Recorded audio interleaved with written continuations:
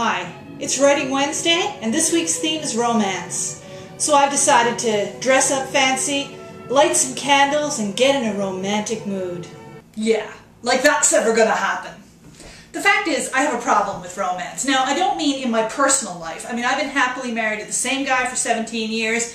Things are working out pretty well, so it's not like I have no experience of romantic relationships. I mean, I definitely believe in love, but I'm not a big fan of the whole idea of falling head over heels in love or love at first sight or any of those typical cliches. It's probably why when somebody on Twitter the other day made the statement that The Princess Bride, a movie which I absolutely love, is one of the greatest movie love stories of all time, I had to shoot back right away and say, no, The Princess Bride is the greatest fairy tale movie of all time.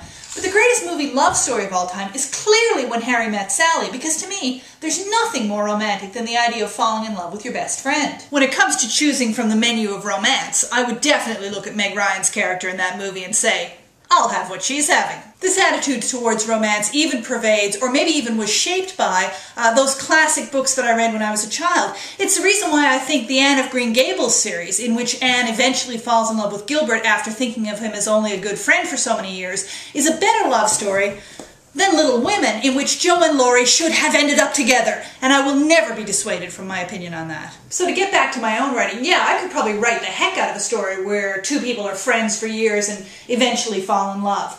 I can also write about doomed love, where two people love each other, but you absolutely know it's going to go down in a blaze of tears and self-destruction. I can definitely do that. I can write about one-sided love, where one person's patient devotion wins over the other after years of persistence. But what I have trouble with is the classic romantic plot. Two people meet, they're attracted to each other, they fall head over heels in love, they have to overcome some obstacles, and then they end up living happily ever after. The other thing, of course, is that I don't actually write romance novels, and I don't kid myself that I could either.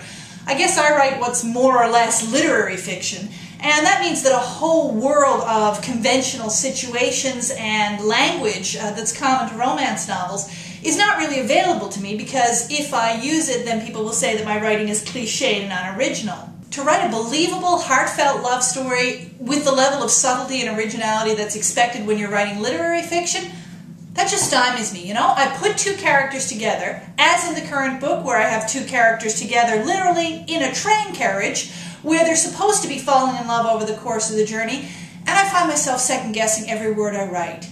Is that believable? Is that too corny? Is that too hokey? Seriously, I don't know how people do it. I guess one obvious thing that might help would be to go back and read over love scenes in fiction that really do work for me and try to see how those writers are doing it. But frankly, there's only so many times I can reread the punt scene in Gaudy Night without stopping to reflect that if I could write a character as dead sexy as Lord Peter Wimsey, I probably wouldn't have any trouble writing romantic scenes either. Note that I'm talking here about love scenes, romance, not about sex scenes. The whole issue of the R-rated scenes is a whole other topic that I don't think I can really cover in this video. So let's just say that if I have trouble writing a believable conversation between two people who are falling in love, I'm not going to be writing any sentence that includes the phrase, his throbbing manhood, anytime soon. I'm going to leave that stuff to E.L. James, or better yet to the reader's imagination, where I think it belongs. Well, as far as videos about writing go, this one's a real cliffhanger, because I have no solutions to offer. In fact, I haven't really figured out how to do it. So perhaps I should put it out to you, the viewers. Whether you're a writer yourself, or whether you're an avid reader, what makes a convincing romantic scene? And do you have any tips as to how I could write one?